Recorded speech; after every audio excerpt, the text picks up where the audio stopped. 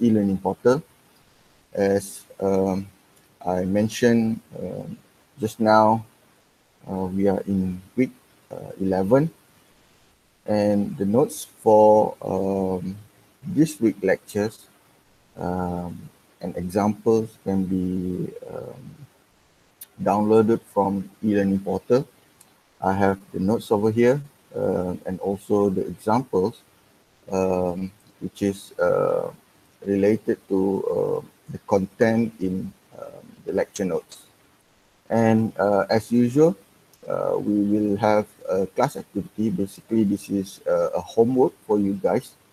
And as I normally remind you guys, please have a look at the homework that I posted and try to do it, because if you didn't do it, it's like it's going to be difficult for you guys in order to get a full understanding of what it's not full, but basically, but at least understand what's going on in the analysis that I taught during that week. All right. I also posted two videos. You can have a look at how to solve AC circuit using superposition theorem, as well as source transformation is also being posted over here. All right. Regarding the one that your colleague asked, it's about the solution for class activity. I tried to compile all the solution, and maybe later on I will post it in e-learning portal so that you can check your answer. But basically, the answer is there. The answer, I normally put the final answer, but the maybe not a complete, like the working towards getting the answer. It's maybe I will post it later on. All right, that's our e-learning portal. And last week, I did give you guys assignment. So assignment should be completed and should be submitted. Assignment number 1 should be submitted by 1st of January, this Friday, 11:59 p.m. And later on, maybe within this week, I will give you guys the link to assess your colleague or your group member, because part of the assessment, 5 marks is coming from peer review. So stay tuned. Maybe I will post it in WhatsApp, as well as you can I make it available in e-learning as well. All right, that's e-learning. And I think we shall start our lesson today. Most of you guys is here. Let's see. 18.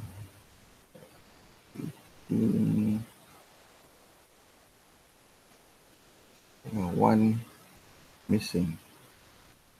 Should be 19, including me. Is it? Yeah, should be 19 people, including me, because in your class you have around 17 students. 17 plus 2 here, me. One is for my presentation and one is my audio. Should be 19 people in this chat, in this session. All right, anyway. Oh, this is not what I supposed to. Okay, the name file here is correct. Source transformation. Superpositions of transformation, yeah. But I forgot to repair this one. This should be superposition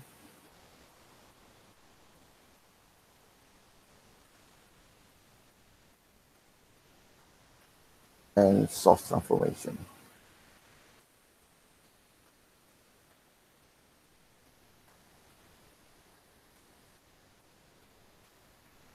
Okay.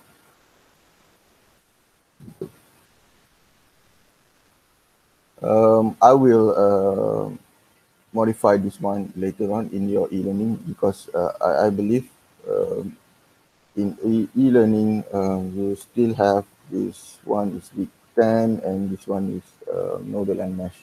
But anyway, I will uh, repair that one later on. Okay, we will start our lesson. And at the end of this lesson, as I mentioned just now, we are looking towards the analysis using superposition and source transformation theorem. And you should be able to analyze your circuit using these two theorems.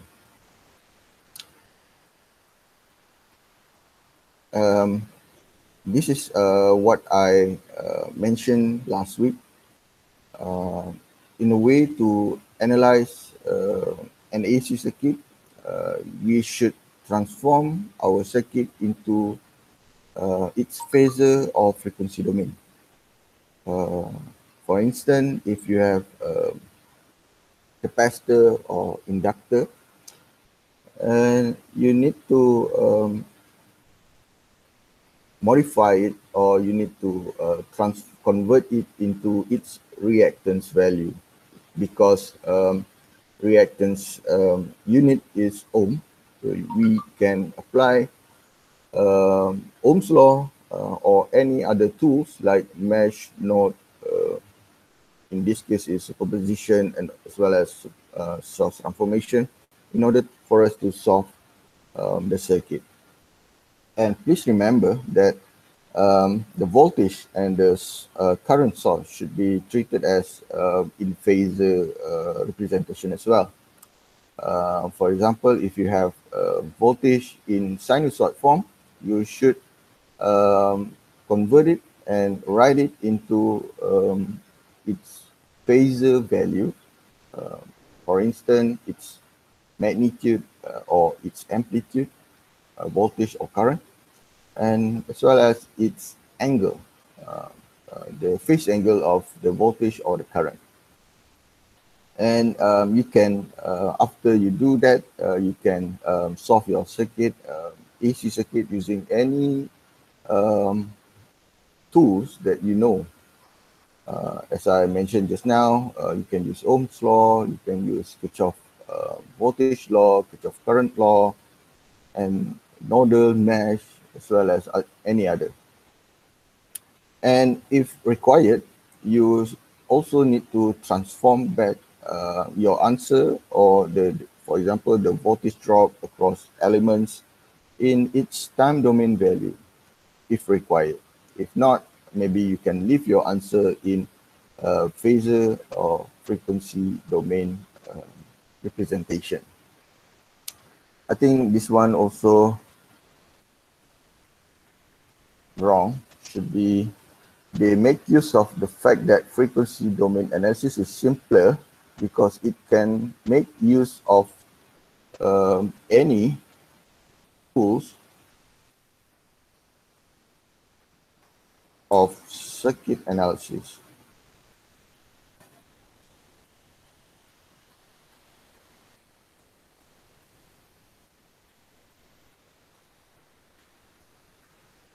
Envelope for DC.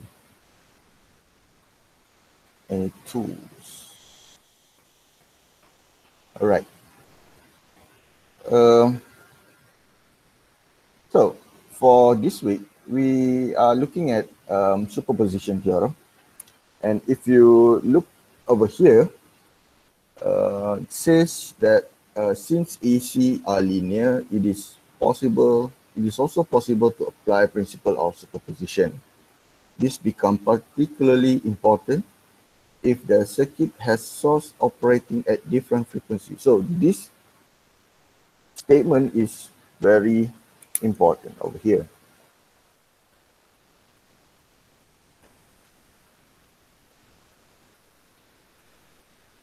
Okay. Sources operating at different frequencies. Okay. The advantage of using superposition is that if in our circuit we have voltage source, two or more voltage or current source, and the sources are operating at different frequency. For example, we have voltage source, two voltage source in our circuit. The first one operating at 50 Hertz. The second one is operating at 60 Hertz. And how do you know that? You will know the operating frequency based on the omega, or based on the equation of in sinusoid form. For example, if we have like here, we have V equals to like when we tan sine 377P plus maybe 10 degrees. This is V1. V2, we have like 5, maybe this is maybe cos 400, maybe 40 T plus 0 degrees. Normally for 0 degrees, we didn't write it over here. We just end our equation up until 40T. Anyway, okay, this information will tell us about omega, where omega is coming from this equation. Omega equals to 2 pi f. So now we have this one as our first frequency, SMJE01. And if you look at the second equation, this also will tell us about omega. Let's say this is omega number 1, this is omega number 2, and also coming from 2 pi f. And frequency here is considered as another frequency because you see here, the value here is different. The one that we have 2 pi over here is a constant value. So to make what is the difference between these two values is the value of our frequency. Frequency 1 and frequency 2 should be different. So if in your circuit, for example, you have like voltage source, maybe here we have capacitor. Let's say this is V1, and we have inductor.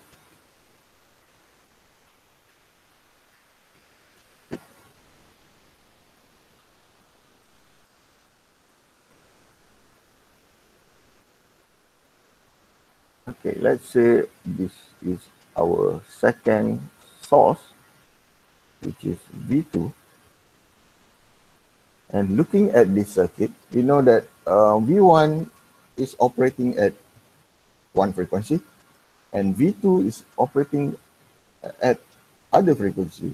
So the best way to solve this kind of circuit arrangement, where we have two different frequencies in our circuit, is by using this tool known as superposition theorem.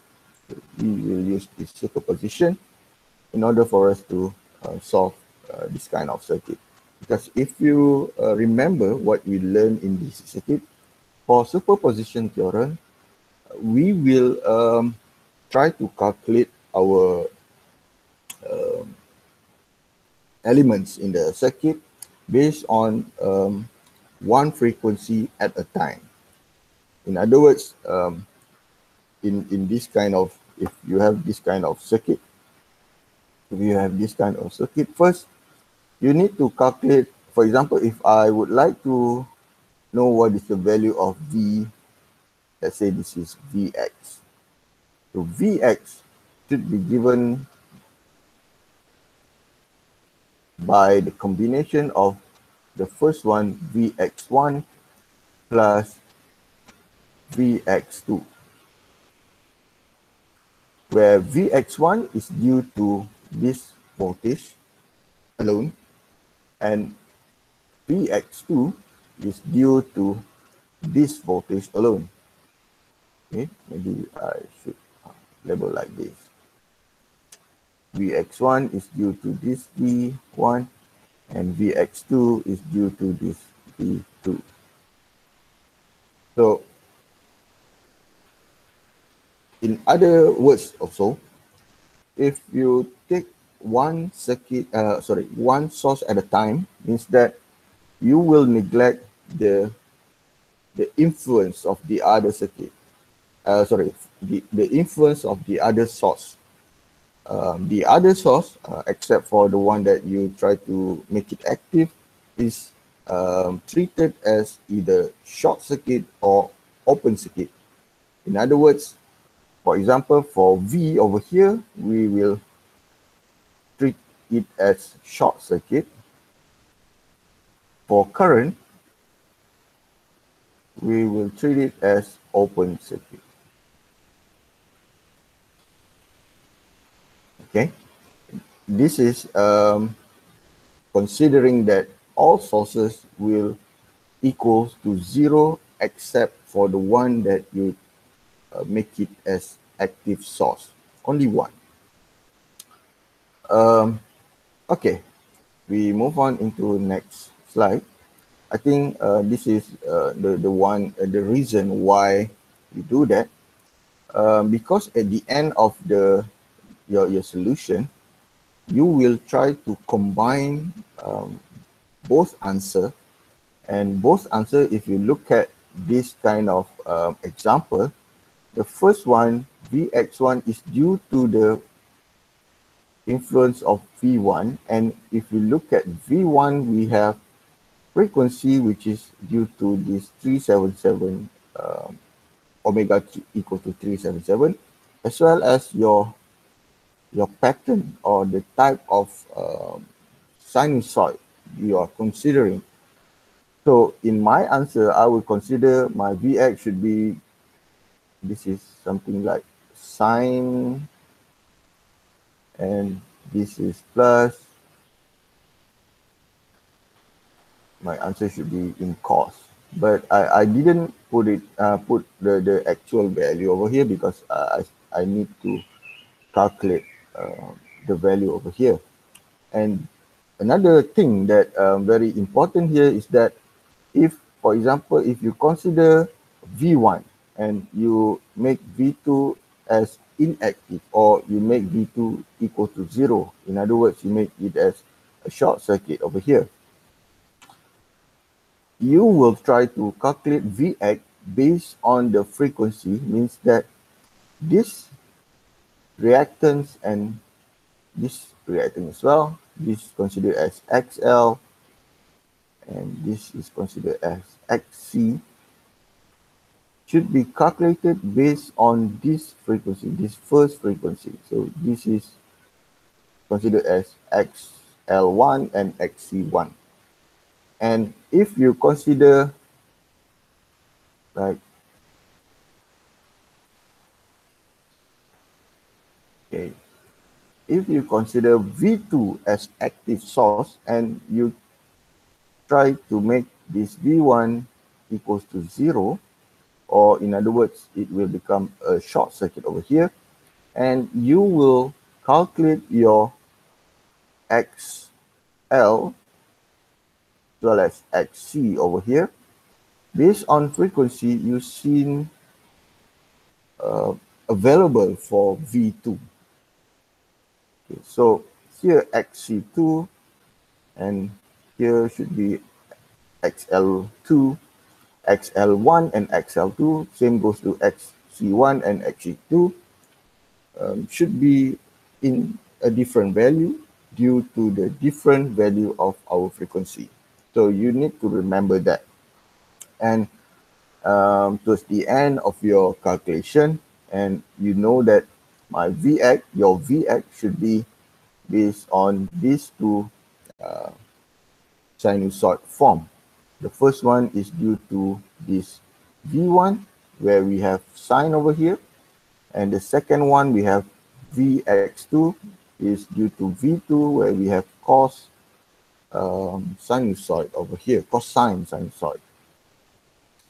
All right.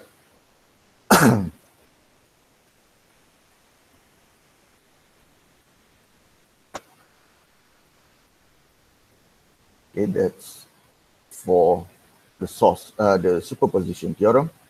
And for the source transformation, okay, normally for source transformation, we will adopt, or we will try to use this strategy or this tool if the frequency is the same.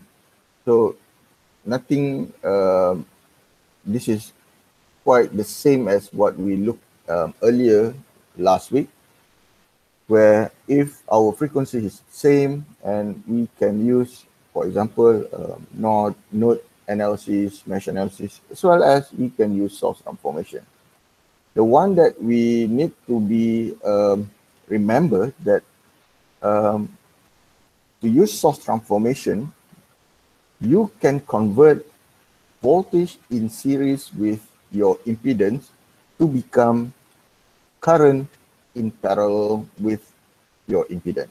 So the way we convert, it is vice versa, but basically, the way we convert from this form, for example, I put it as form number 1, form number 2. The way you convert from form number 1 into form number 2 is by using, okay, these two equations. Actually, it's vice versa. For example, if you have a voltage in series with your impedance, you can convert it into current in parallel with your impedance by using this equation, where this current can be found using I equals to V divided by your impedance Z. And if you have, for example, we have this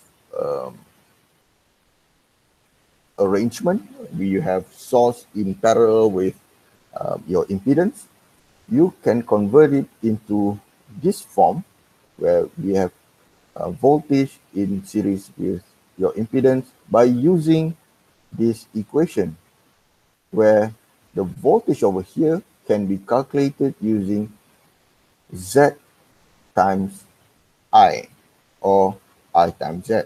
This is basically, if you look, if you remember last time, this is, we are making use of Ohm's law to convert this one.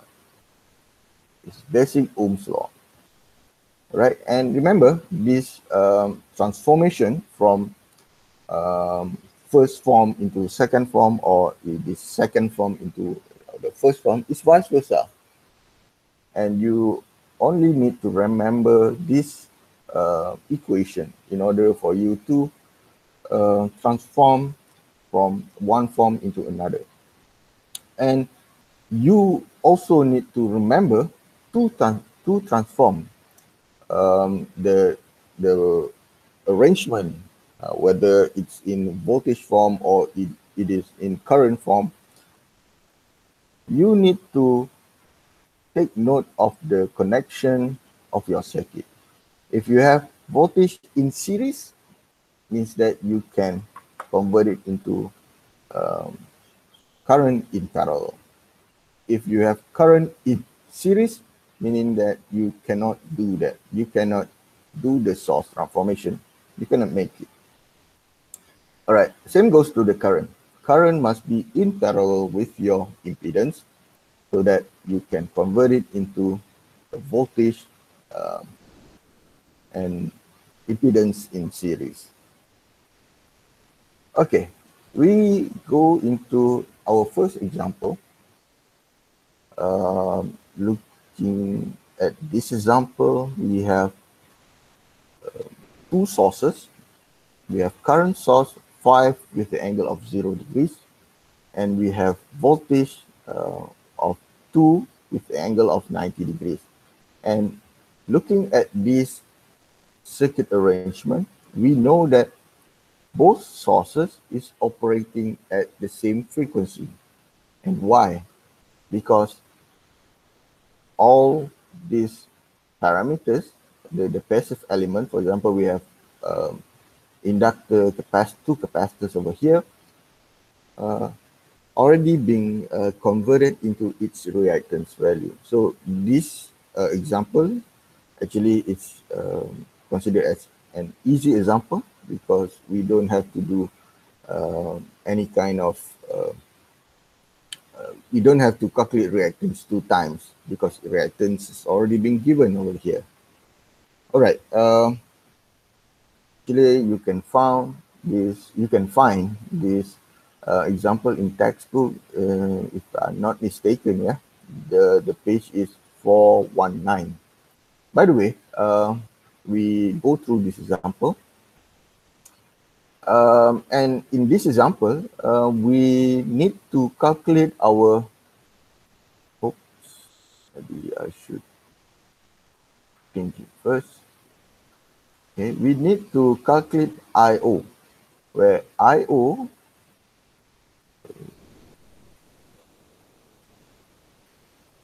that's the properties over here. Where I/O is the current over here. Current from voltage source of 20 with the angle of 90 towards the circuit. And as I mentioned earlier, I/O, if you try to use superposition, I/O should be calculated 2 times. The first one is due to the, maybe here consider what here. Let me see. This is voltage source respectively. Consider in circuit. Blah, blah, blah, blah. Okay, now the first one is by considering this voltage source. So this I1 is due to voltage source. Maybe I should erase this first. And IO1, IO prime plus IO double prime. This is due to voltage, and this is due to the current source. And if you look at the solution over here, yes, to use to make use of superposition theorem, you only consider one source at a time. So first one here for IO prime, we are considering voltage source is active and current source is inactive. For current source, remember that for I, it should be treated as an open circuit. And for V, remember, if you try to make it as a 0 value, it should be treated as a short circuit. So the first one, we treat voltage source as active, current source as inactive or equal to 0. So that's why here we have an open circuit connection. So from here, I think you should like simplifies the circuit. And the way the solution tell us over here that we try to, this is basically Ohm's law, and this is basically Z total. Look here, if we look at the circuit arrangement, we have voltage in series with 4 ohms, and later on in series with this negative J2 ohm. And we have another connection of J10 and J8, which is in parallel with this negative J2. if you simplify the circuit, the Z can be found as like this. This is your voltage.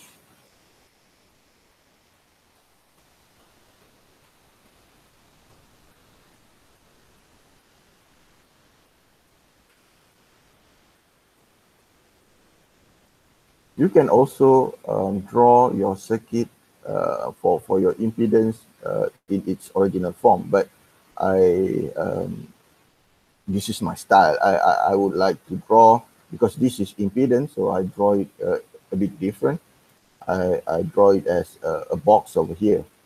So this is considered as Z1. This is Z2. This is Z3. Where we have Z total is given by Z1 plus Z2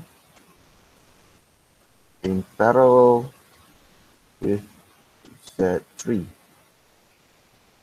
Okay, and what is Z2 and Z3?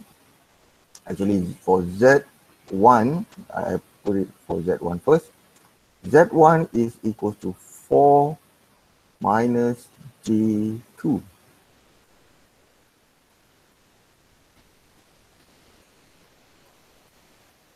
And, or maybe I should put it here.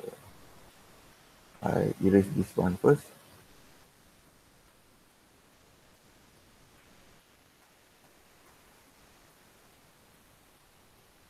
Okay, for Z2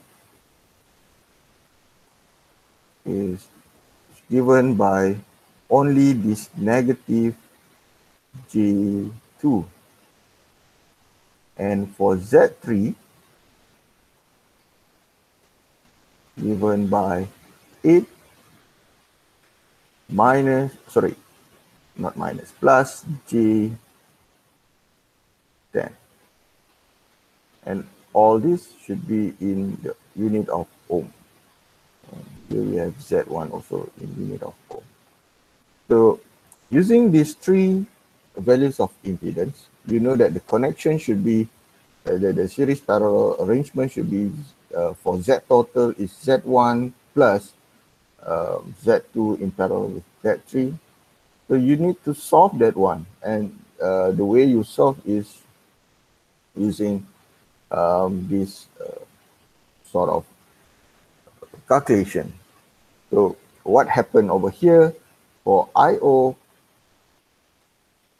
prime, we can use the voltage and the total impedance in order for us to calculate. And if you look at here, the I naught prime is the current flowing through the circuit. So we considering this one is your voltage source as J 20 volts. Okay, the main difficulties in solving this circuit is the involvement of complex number. So you need to really or carefully do the calculation, because if you look here, if we have a complex number, the imaginary part will consider as the one that we have difficulties, because if you try to multiply J and J, it will become -1, for instance. So for me, I think I prefer to use a manual calculation, because from there I will get to know all my calculation, whether it is in place or not. And maybe if you use advanced calculator, for example,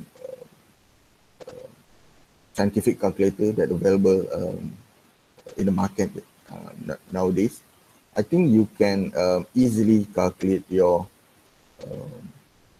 deal with calculation involving complex number. And for me, I think I have two options, but whether using manual calculation or if if you know how to use software, you can also use software to calculate to deal with this complex number calculation. Here, I always use MATLAB to calculate my complex number problems. Okay, that's for the first one. And for the second one is we are considering our current source active and our voltage source inactive. Okay, maybe I change the color over here, put it as blue color. Okay. If you look at the way the solution tell us in order to calculate IO double prime, you will notice that this current source is made active, and the voltage source over here, we have voltage source over here, is considered as a short circuit element. So remember that for voltage source, we will treat it as a short circuit connection. And you should figure out how to analyze this circuit the fastest way, or the most convenient way for you. If you look at the solution, it uses mesh analysis to calculate what is the current over here. And looking at the solution, we have we need to get our equation from mesh number 2 and as well as mesh number 3. So here, basically mesh number 1 also should be, we should build up our voltage or our KVL around mesh number 1 and write it in current equation in terms of currents. Okay, in this circuit we have 3 meshes, and I1, I2 is considered the mesh without source. So if we have mesh without source, means that you need to work out the KVL around this loop. And in mesh number 3, our life is a bit easier because we have current source over here. That's why you see here for mesh number 3, I3 is given by 5 ampere. And basically this is 5 with the angle of 0, but normally if you do have with angle of 0 degrees, to make our calculation simpler, we put it as 5 over here, neglect the 0 component, 0 angle component. And anyway, if you try to put it in a rectangular form as well, you should see that this is basically 5 plus J0. Actually, it is plus minus J0. Okay.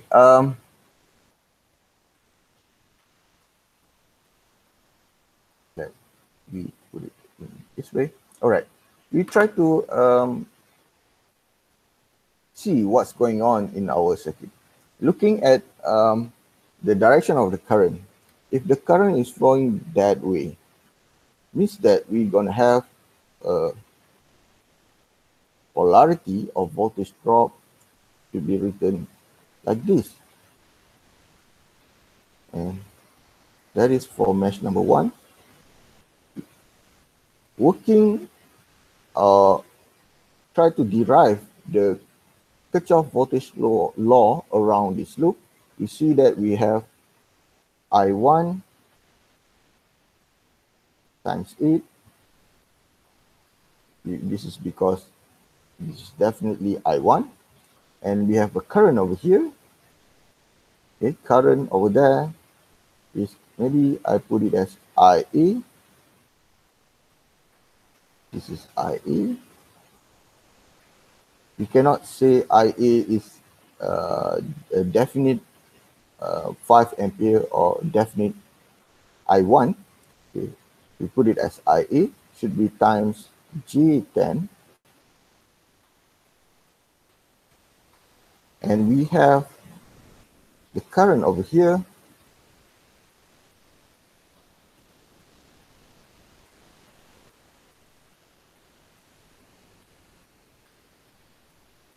Okay, maybe I label this one as IB plus IB times negative J2. And we cannot say that this current or IB is a definite I1 or definite I2 because it is a combination of those two currents. So how do we get this IA and IB? So for IA, I will consider the junction over here. Because I know that this one is definite I1 and this is a definite I3. I3.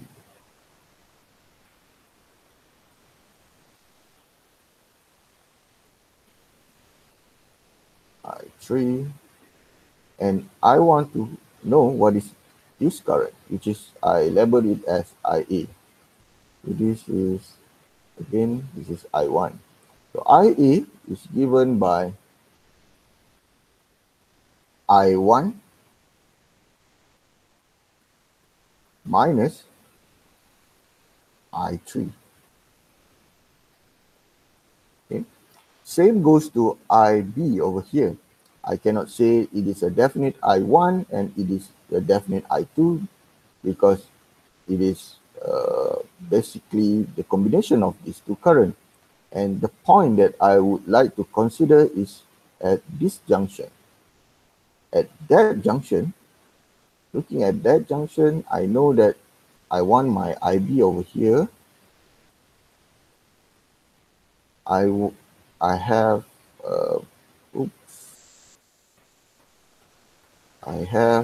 this one is considered as I2,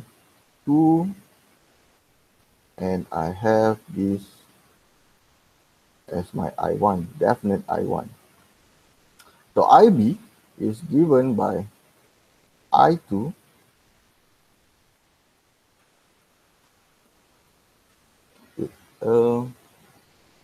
IB current coming in is IB I1 minus I2. Not I2 minus I1. I1 minus I2 due to this current direction. So IB is given by I1 minus I2. So using this definition, you will come out with this equation for mesh number 1. And for mesh number 2, you will apply the same rules. For mesh number 2, the first thing that you need to do is you need to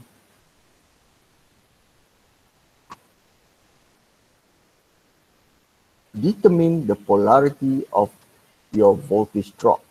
So if the current is flowing in that direction, means that this should be a positive, negative polarity, draw it like that. And for this element, we have positive on this side. Oh, sorry.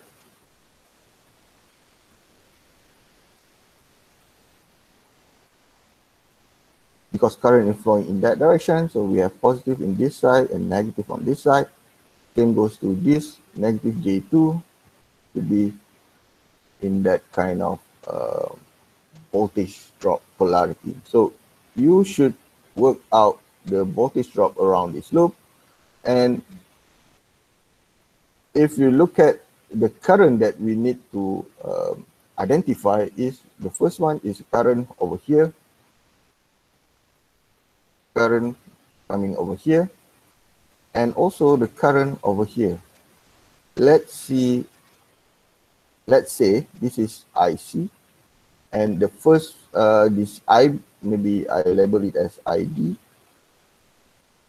I don't have any space over here. Maybe I should bring this one bigger.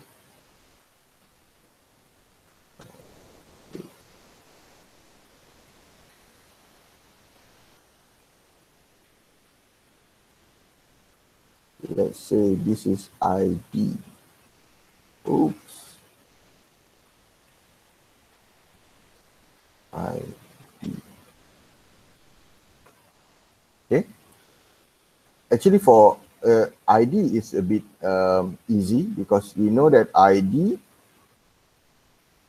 is given by the negative of IB, because IB we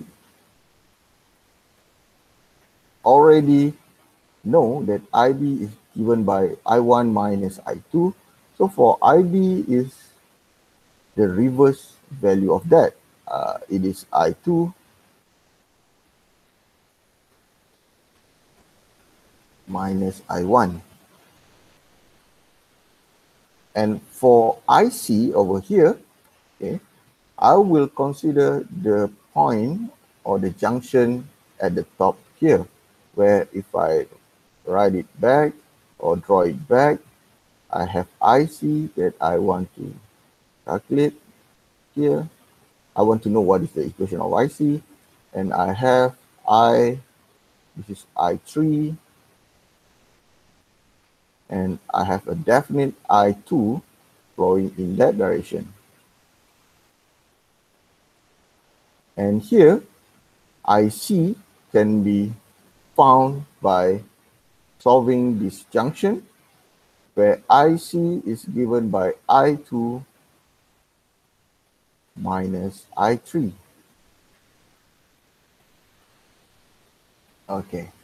By using this definition, IC, ID, you should set up your Kirchhoff voltage law, and at the end, you will end up with this circuit, this equation. And now we have our first equation and our second equation. And if you see the third equation, actually based on mesh number 3, you can substitute this I3 into this 2 equation and reduce your unknown variable into only 2 unknown variable that you need to solve.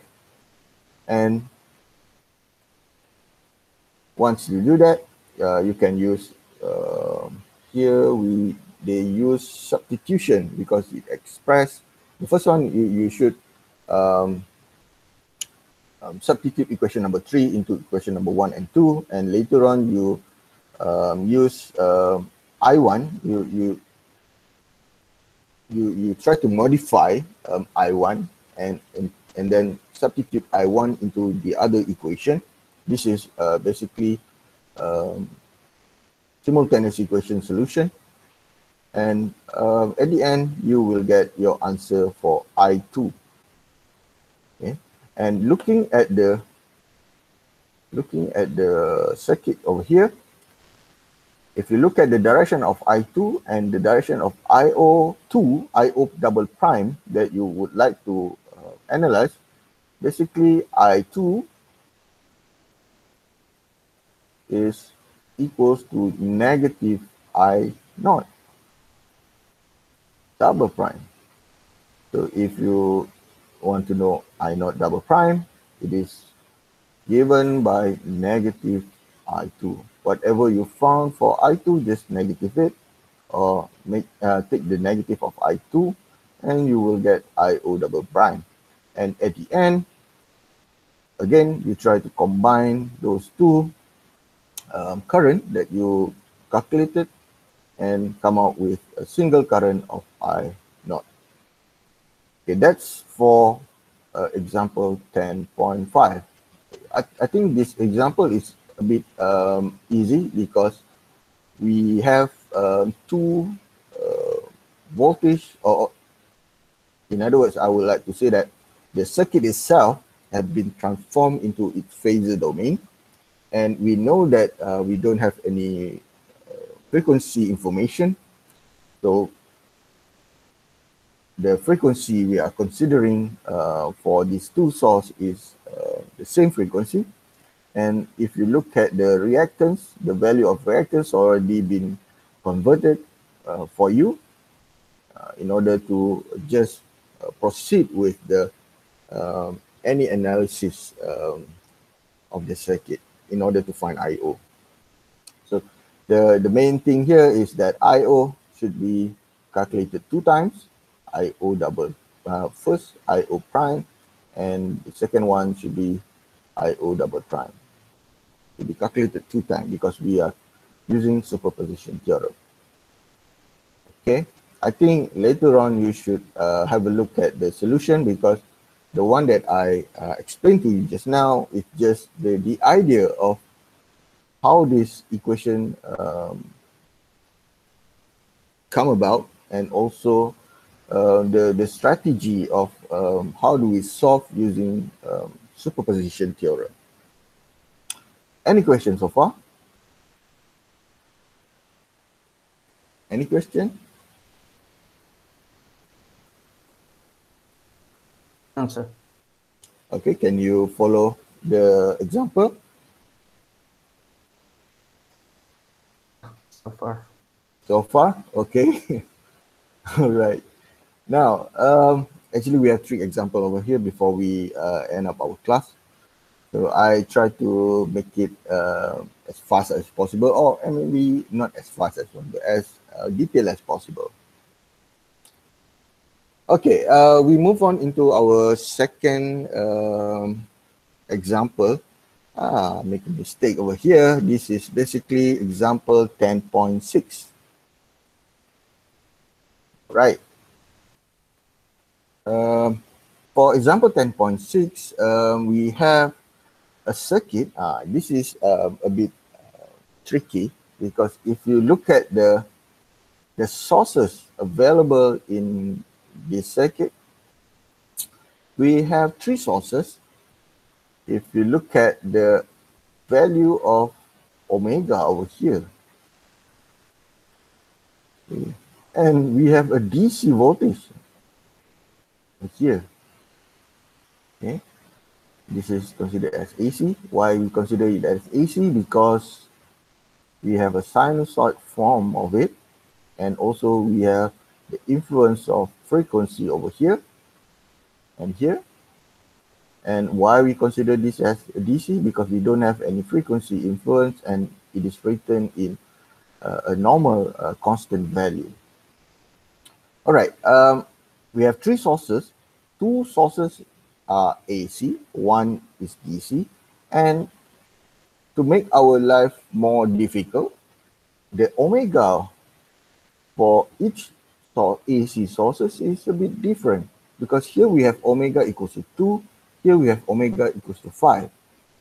You need to calculate the value of reactance over here should be in 2 forms. First, due to this omega, and the second one maybe due to this omega.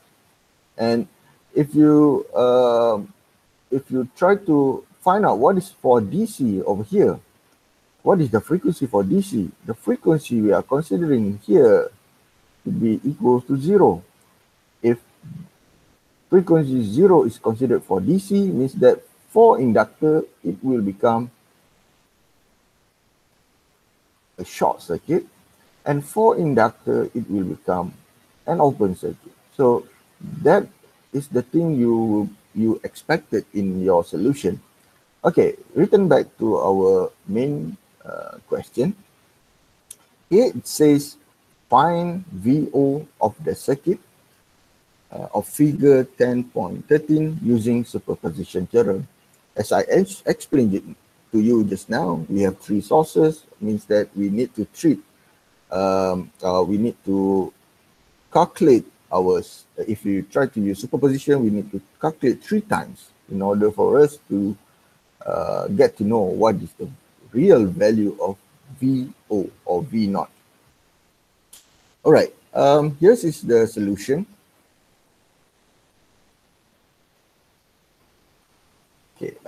maybe you can also find it in page 420 textbook.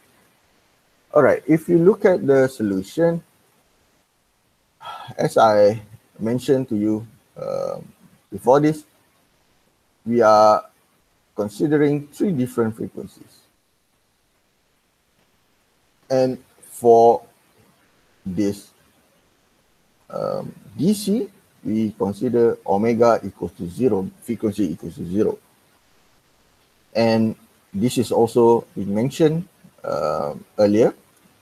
The way we calculate this VO is we try to calculate it one by one based on the active source. And in superposition theorem, if you make one source active, you should, maybe not if, you should make one source active at a time.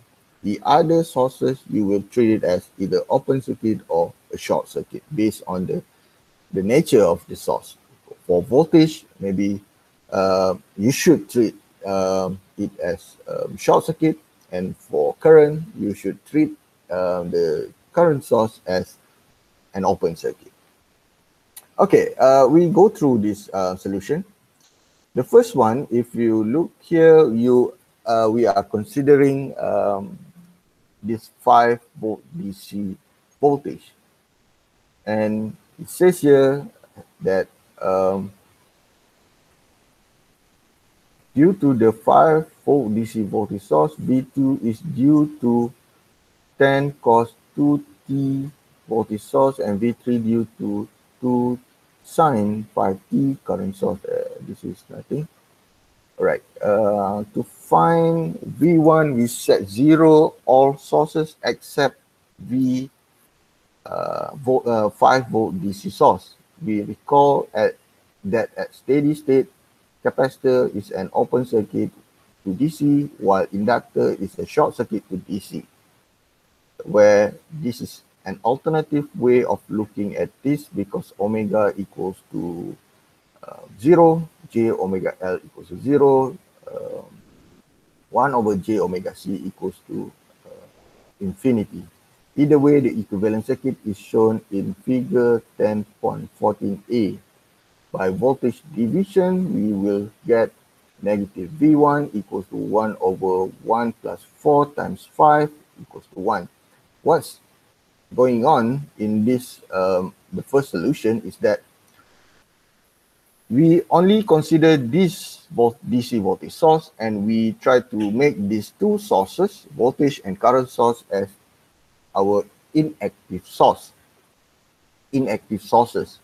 So we have voltage source, 5 volts. We have resistor, and capacitor here, if you follow the solution, is treated as a short circuit, open circuit, and we have a resistor down here, and here we have also a short circuit element, open circuit element, and okay, over here we have inductor, which is treated as a short circuit component. This is a voltage source, so we treat it as a short circuit source. So now we have a short circuit here, we have short circuit over here, we have open circuit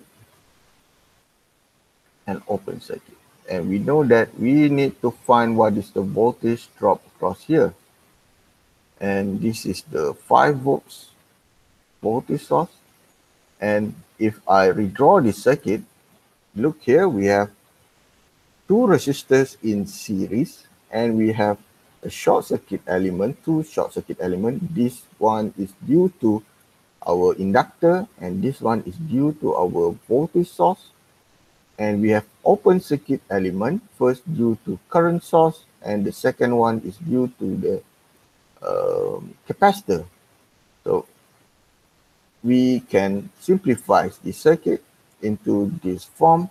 Maybe I write it over here.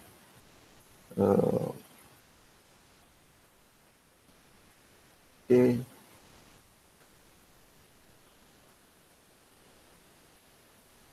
To be like this. And this is 1 ohm. This is 4 ohm. And this is considered 5 volts DC voltage. And looking at the polarity of the voltage VO set for us, this should be, the polarity should be in that direction. So this is our VO. Okay, if you look at the flow of the current inside the circuit, you know that the current will flow from this positive bound or positive terminal into the negative terminal. And if the current is flowing that way, we have a voltage drop like this, and we have a voltage drop across this 1 ohm resistor in this kind of polarity. So to solve VO, we know that if I know what is the voltage over here, okay, let's say I put it as Vx, V,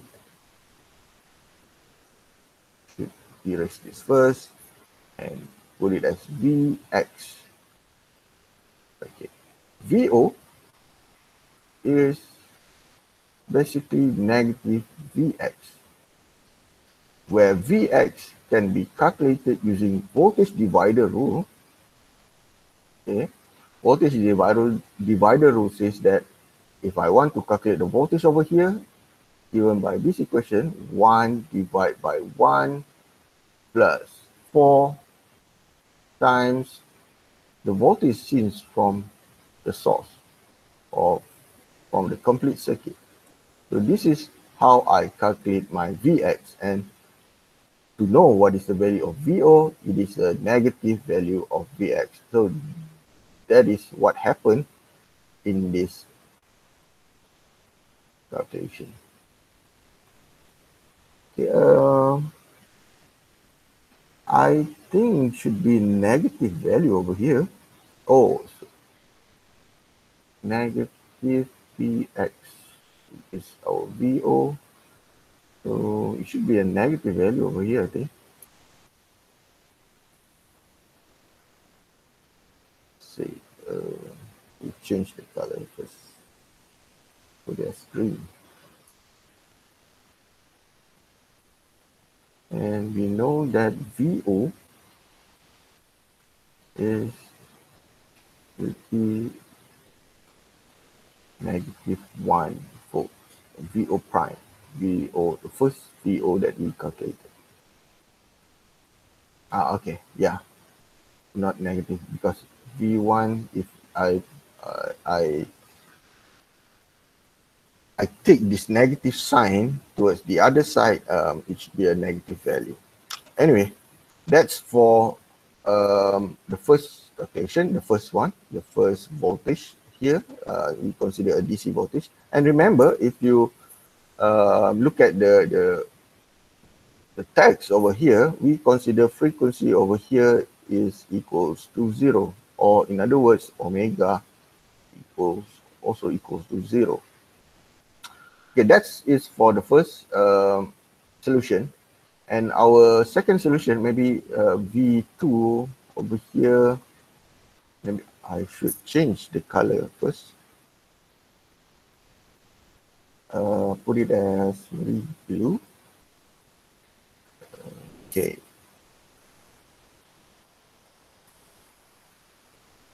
V2 written in this solution, we also can consider it as VO double prime, the second VO.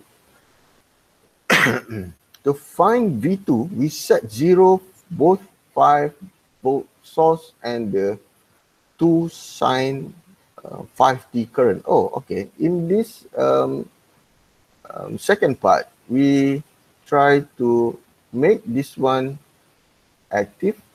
This is active. and we make this one as inactive, these two inactive. What would happen with that? So the circuit itself will looks like, maybe I should have here as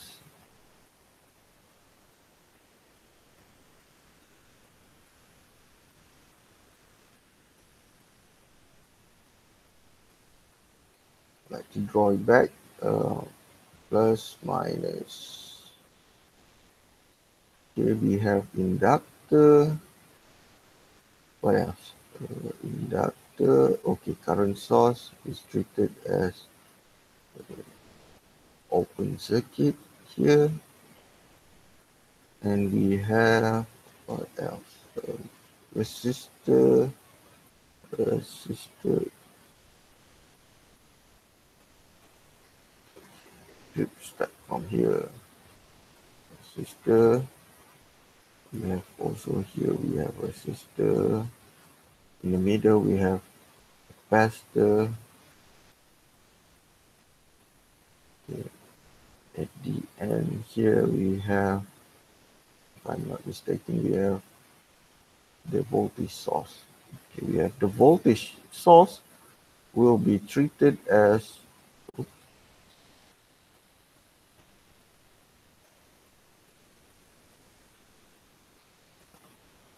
a short circuit. Right? A short circuit.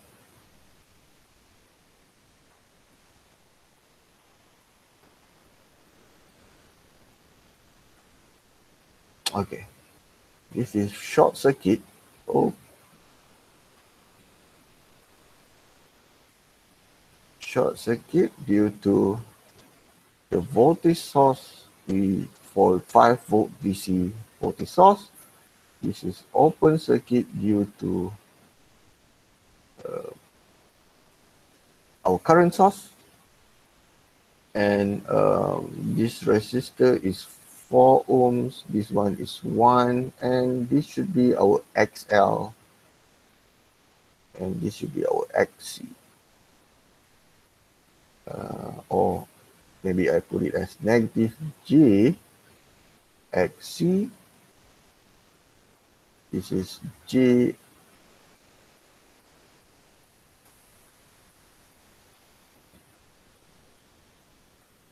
this first, and we write it back. Negative, sorry, not negative, it's positive. J XL. Okay, the way you calculate this JXL negative JXE is given over here. So now you have a voltage source which is a 10 with the angle of 0 degrees, and the way you calculate XL and XC is based on the omega given for that particular voltage source.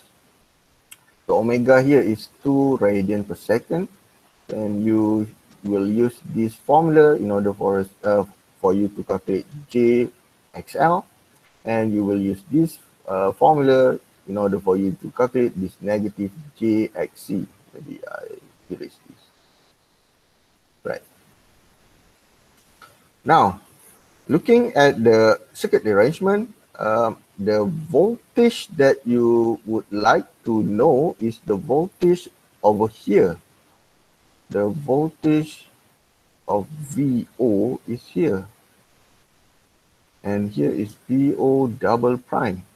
And how do you calculate this VO? Okay. Maybe what you need to do is you need to simplify this circuit first. And if you look here, we have this JXE, negative JXE, and this 4, what do you call it, this 4 ohm resistor is connected in parallel. So if you simplify the circuit, you will end up with a circuit that should be drawn like this. Oops, I should put it as this one. This resistor, and another one is this one. Not resistor, it's impedance.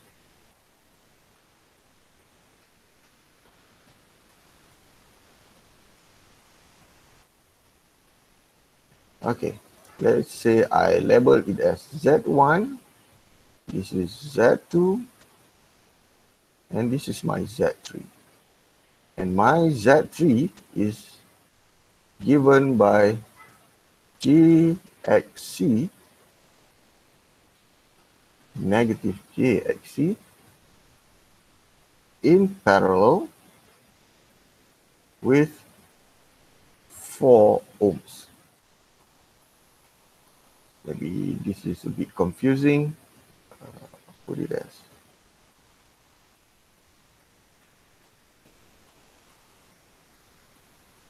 write it back, negative JXC in parallel with 4 ohms resistor. So these two are in parallel, 4 ohms and JXC is in parallel. And if you look at the whole circuit, these two is in series with another 2 elements, which is Z1 and also Z2. So in this case, Z1 is given by JXL and Z2 is given by 1 ohm. Okay. This is also in unit of ohm. All right, and we would like to calculate what is the voltage drop across here.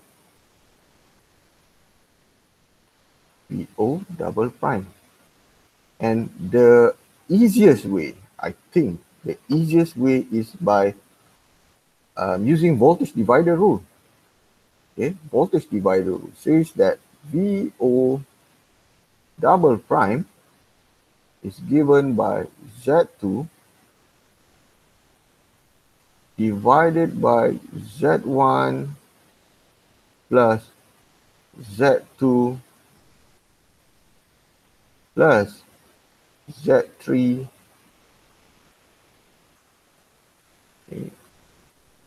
times, this is 10 with the angle of 0 degrees. Okay. This is by using voltage divider rule. Voltage divider rule. And this is not the only way you calculate VO double prime. You can also calculate VO double prime if you know what is the current over here. Let's say I put it as I, and I is given by voltage divided by Z total, where Z total is equals to Z1 plus Z2 plus Z3.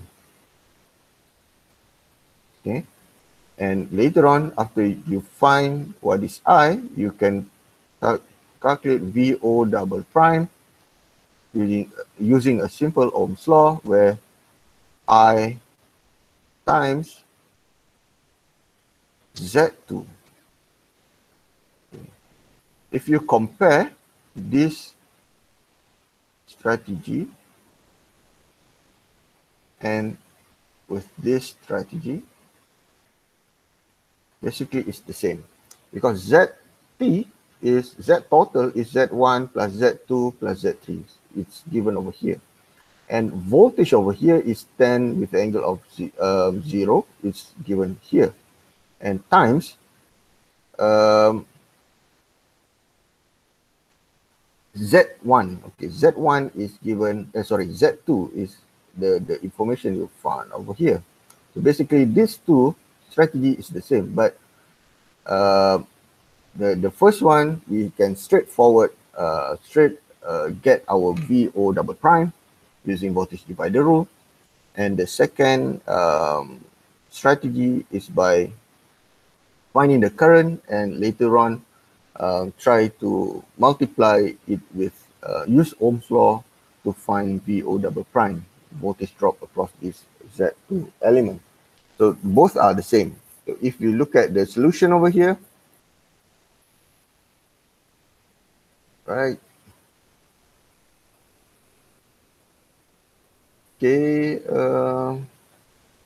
okay, this is the one for the second part. We simplify it. It also uses voltage division rule, so voltage divider rule. So I think voltage divider rule is the easiest, or not easiest lah, the fastest way to calculate VO double prime or V2. And why we need to change it into time domain? Because you know that frequency is available in this circuit, and the frequency is a bit different compared to the other sources available in our circuit. And for the third one is by, if you look at here, the third one, maybe I change the color again. I change it to red. Right. Now, we try to make this, erase this first. Okay, we try to make this one active, these two sources as inactive. So, looking at the simplified circuit, we know that we have, maybe I should draw based on the circuit available up here. We have voltage source, and then we have inductor over here. We have, what else? We have current source down here, connected to this point, and this one. We have resistor, in between those resistors we have capacitor, and we have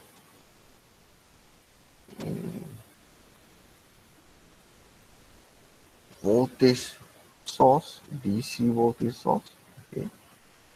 Okay, this one is short circuit due to the DC voltage source. This one is also short circuit due to this 10 volts 0 degrees voltage source. And this is our GXL. This is 1, this is 4, this is minus GXC. Remember that in this circuit, the frequency applying by this current source is a bit different, or is different from the one that you see earlier for this voltage source. So this current source, omega over here, is given by, what is the omega value? It's given by 5 radian per second. Okay, so in other words, I would like to say here is that this XL and XC will be not the same that you see earlier for the voltage circuit that you tried solve in part B, in second part. So GXL and JXC over here should be calculated again. So now this is what happened. So we try to calculate again our XL, JXL, and our negative JXC over here. So looking at the first solution, the first one we have J4.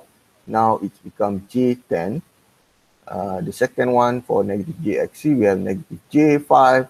Now we have negative J2. So based on this circuit, these two values have been it's a bit different from what we've seen earlier. So now the voltage that we are interested is over here. Voltage here labeled as VOO. I cannot draw here. VO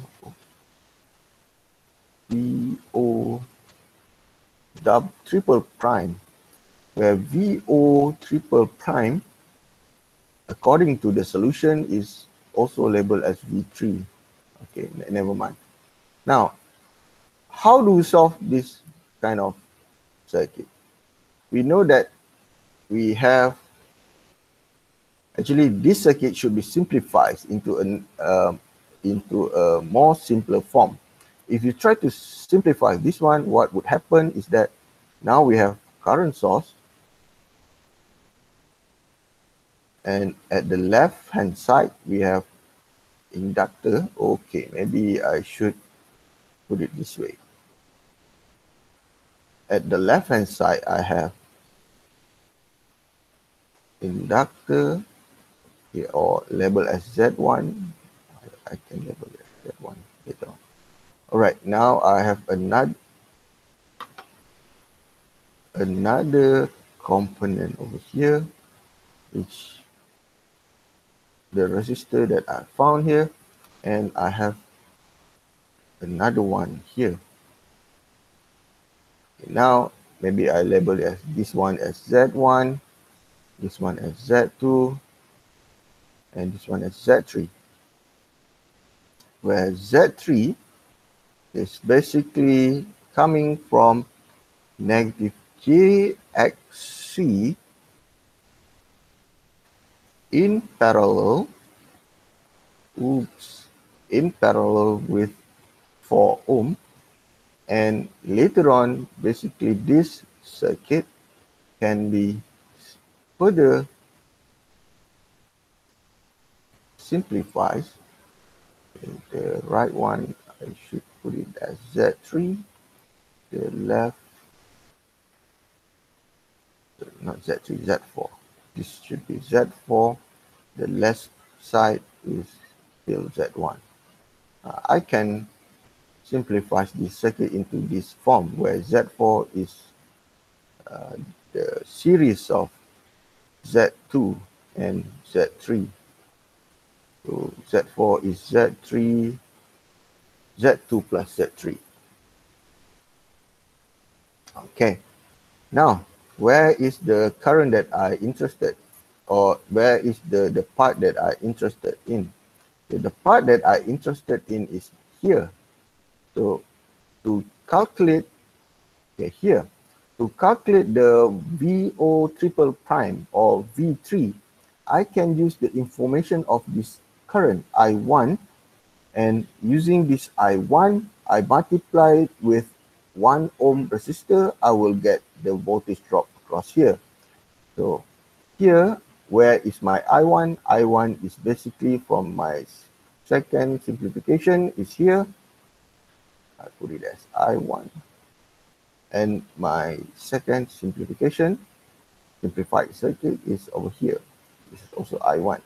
So if I know this I1 and return back to my earlier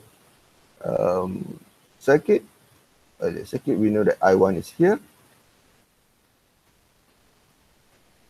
and multiply it with this resistor value, I will get VO triple prime or V3. So that is what I try to strategize over here. And how do I get I1? I1 can be calculated using current divider rule, easiest way, I think.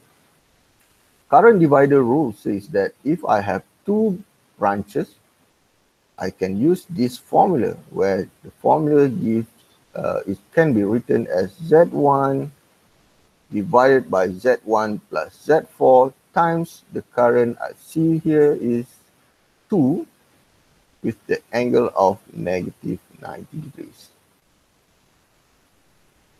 Okay, I can get my I1, and later on using this I1 to get my VO triple prime, I will use simple Ohm's law, I1 times 1 ohm, okay, 1 ohm, and I will get my VO prime, VO triple prime.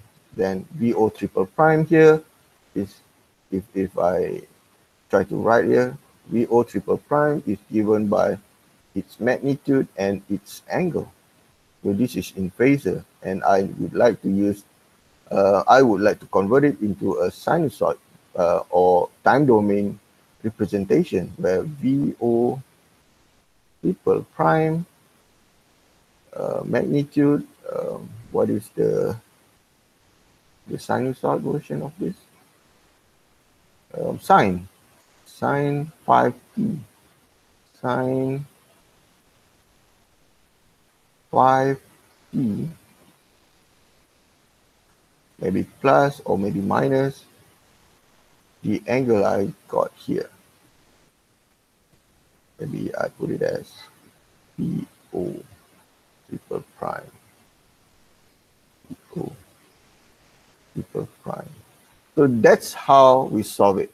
And we see that the V3 is, we got like this. What happened actually? Oh, okay.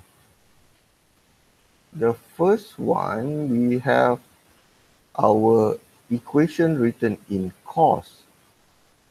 This third one, we have also arranged it into cos. Oh, okay. Right.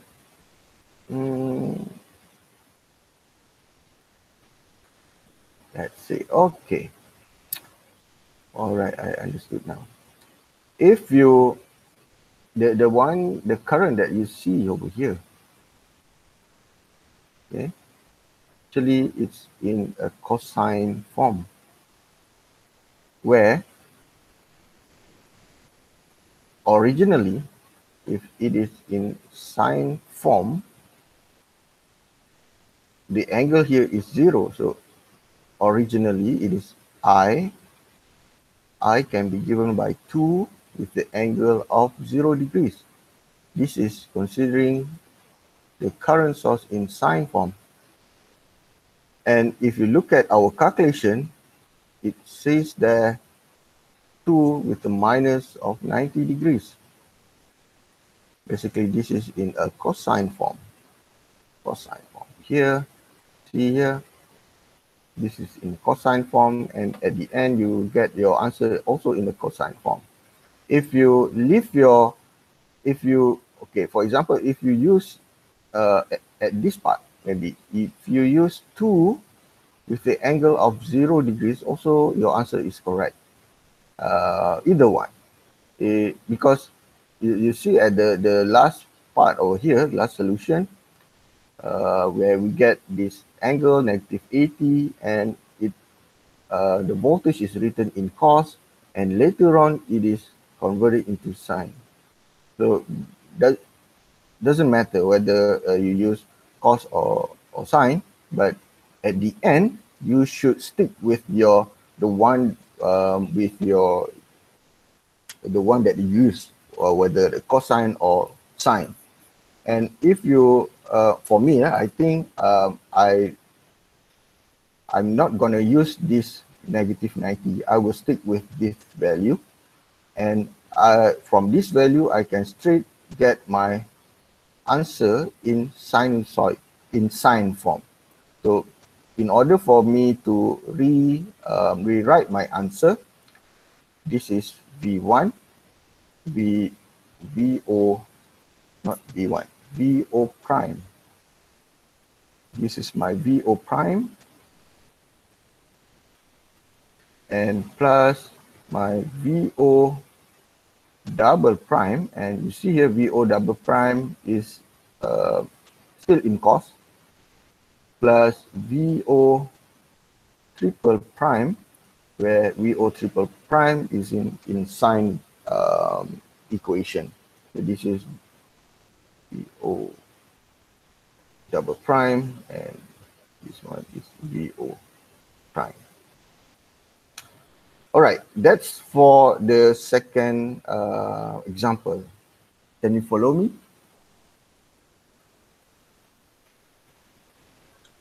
Yes. Yes. Okay.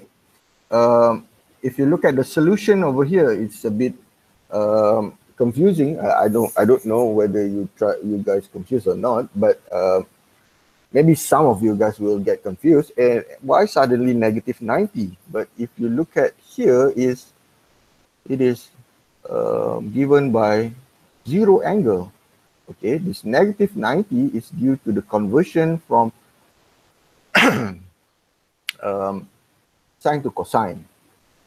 And if you stick with the sine mode or sine equation, you can write this part, this current part, as 2 with the angle of 0 degrees.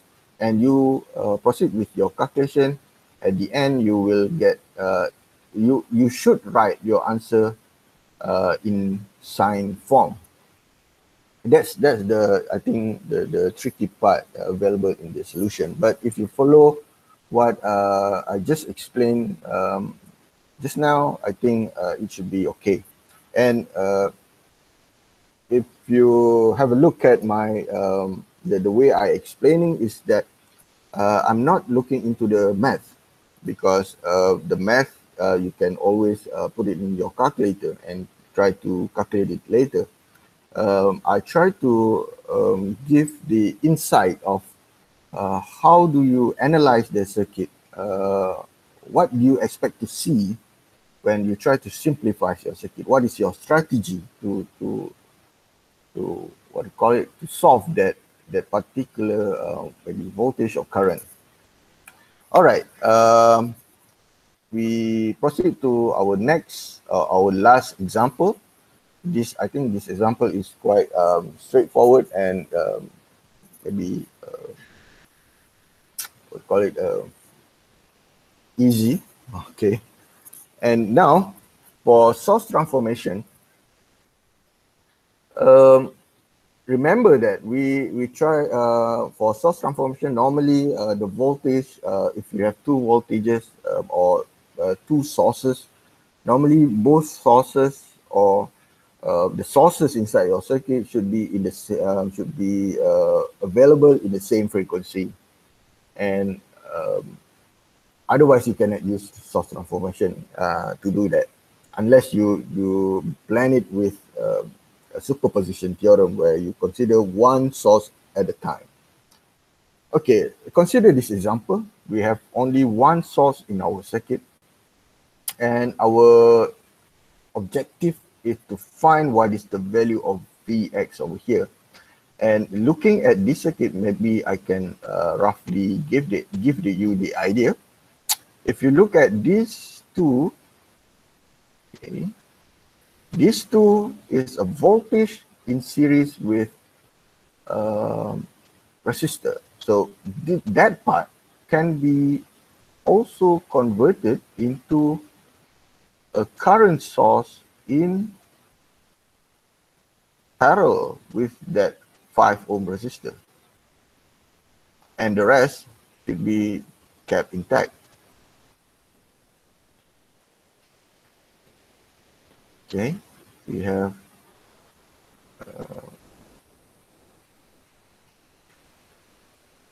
oh yeah, resistor, yeah. And the strategy to get what is the value of voltage over here, Vx, maybe I label it as 10 ohm. The strategy that I think about is that, okay, if I know what is the current flowing here, Ix, maybe I label it as Ix, I can get Vx by using Ohm's law, where Ix should be multiplied with this 10 ohm resistor. Okay, okay, my solution should be in that direction to get the fastest way to calculate Vx. So since we need to use source transformation, is that we should transform this part first into a source transformation, we call it current in parallel with our impedance or our elements over here. In this case, is 5 ohm resistor. And if you like, if you use source transformation, remember that you are only considering from this point up until this point. So the element that you try to convert is only this element and also this element.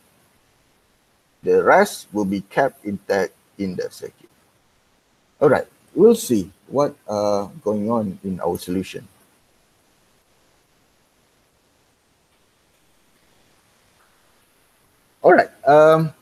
As I mentioned earlier, we need to find or calculate Vx using source transformation.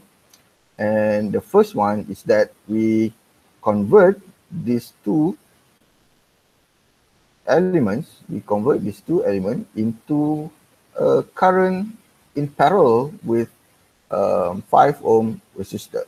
So the current value can be calculated using this formula where Is is given by V, or 20 with the angle of negative 90 degrees, divided by our Z value. In this case, our Z1 is, let's say this is considered as Z1. Z1 is 5 ohm. And, I cannot use that Z1 because the next part, they label it as Z1 as well. Okay, maybe I label it as Z. And Z is 5 ohm. And looking at the simplified version, this is the one that we seen earlier. You have current source in parallel with 5 ohm resistor, and you in this solution, it uses different strategy from what I explained earlier. What the solution tells us that these two, okay, these two are parallel connected elements. Means that you can combine these two. In other words, from this circuit, first what you do is first you combine those two parallel elements and label it as Z1. This is Z1, and the rest is resistor, capacitor, and we have resistor over here. So you combine these two to become Z1. And looking at that kind of circuit arrangement, okay, maybe I change the color again. Looking at this particular portion, you see that current source is in parallel with this Z1, where this circuit can also be converted into a voltage source. Okay. And later on, combine it back with the elements that you see for the rest of the circuit. So this is maybe V, this is your Z1 that you combined earlier. And V can be found by using this equation, Is times Z1. What is Is? Is is basically the value of current you see over here. Maybe I change the color again. Is is the current you consider for this circuit, and you multiply Is and Z1 will give you V, and in this case it labeled as Vs. Labeled as Vs. Okay.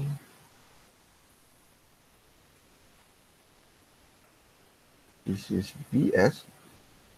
Es is given as Is times Z1, and you see here that our main target here is to find what is the value of Vx over here.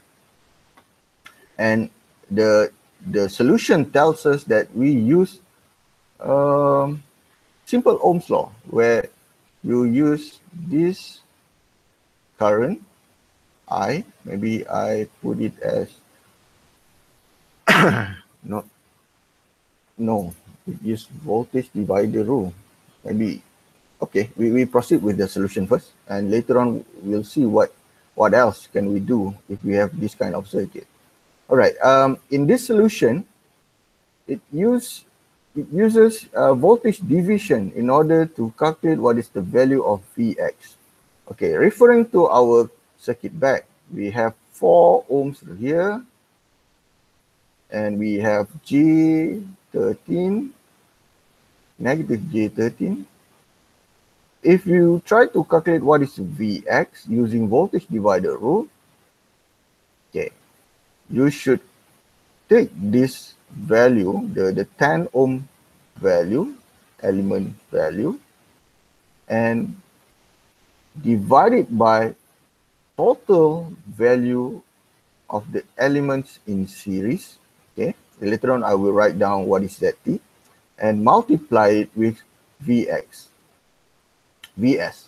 And here Z total, okay, total element connected in series is considered as Z1 plus 4 minus J13 plus 10.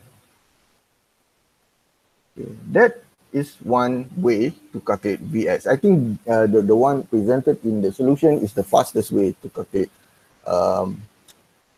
Vx. And also you can consider the strategy that I explained to you earlier in our solution, where we try to calculate what is the current over here and then multiply with Vx. Okay, and another way, if we have this kind of, we reach until this kind of circuit connection, we can also find what is the current over here, Ix. And Ix is the same current that flowing here. And you can use this Ix in order to calculate Vx, where Vx is given by Ix times 10.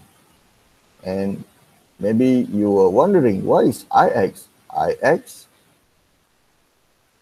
is given by Vs divided by Z total. And you will supposed to get the same answer using both strategies. And the other strategy that I explained to you just now is that we try to use this information. Here we use current divider rule. But if you look at the solution given in the textbook, it uses voltage divider rule. Both also can, but you see, you just select which method is your preference. And if you look at the way we solve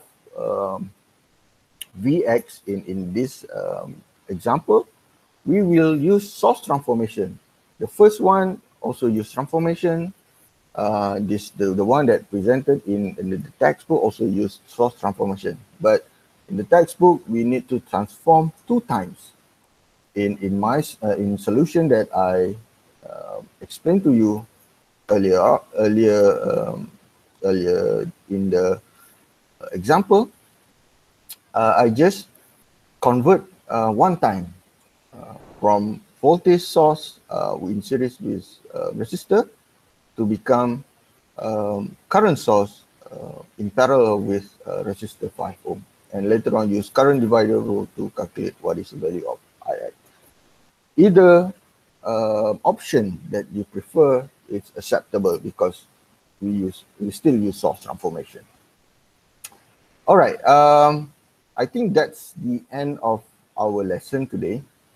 And if you look at the homework that I posted to you, you need to solve practice problem 10.4, 10.6, and 10.7.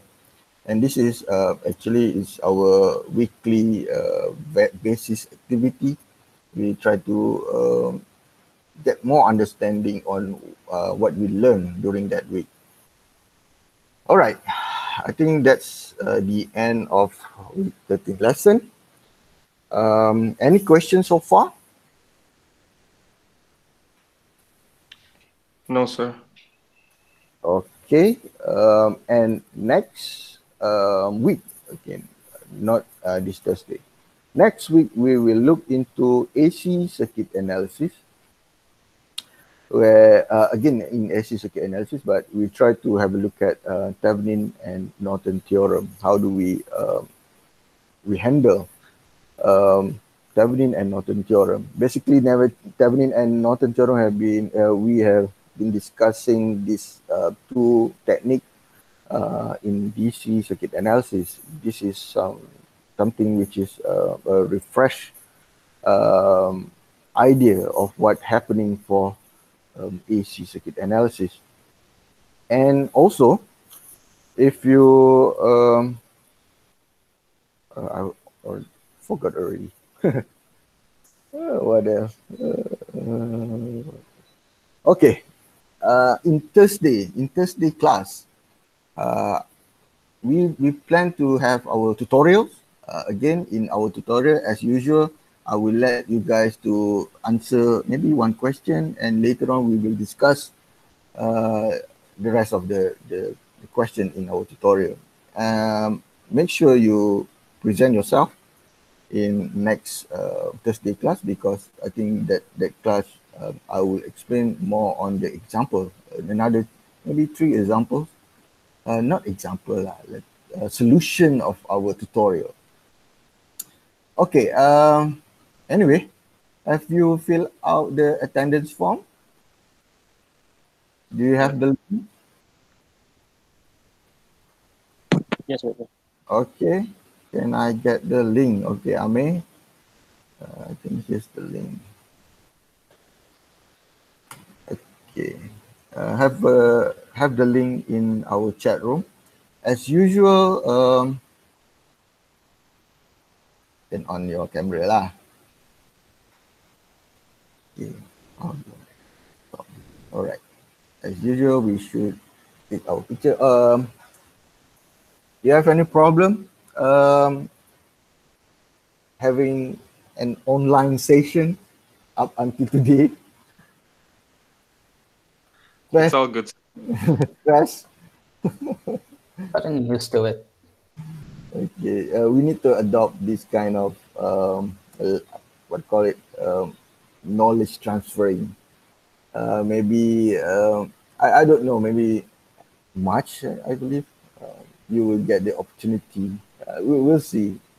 You maybe in March you will get opportunity to get back to not get back. First step to campus. All right. Anyway. We'll see. Sir, I have a question.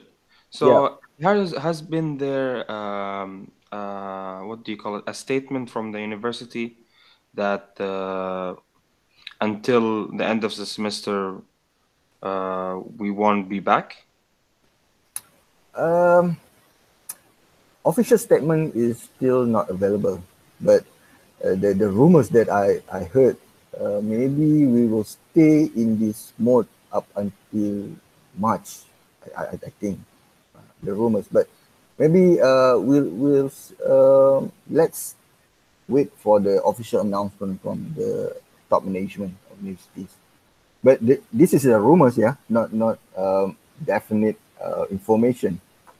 Only first-hand notification for you guys. All right. Anyway, thank you for your attention for the class today. Hopefully, you will revise back what being taught in today's class, and we will meet again on Thursday. On Thursday, make sure you are available, and please give cooperation if I ask you guys to try out the what do you call it, the tutorials question. You should try to you should give a shot and try to solve that one first, and later on maybe we will discuss. That's the way, I think that's the way, a fair way to for us. You see your interest, and I will give you back the knowledge that I know. All right. Anyway, see you guys on Thursday. Thank you so much for your attention, and stay safe, everyone. Thank you so much. Bye-bye. Assalamualaikum. Wa alaikum assalam, doctor. Thank you, Have a good Doctor. day.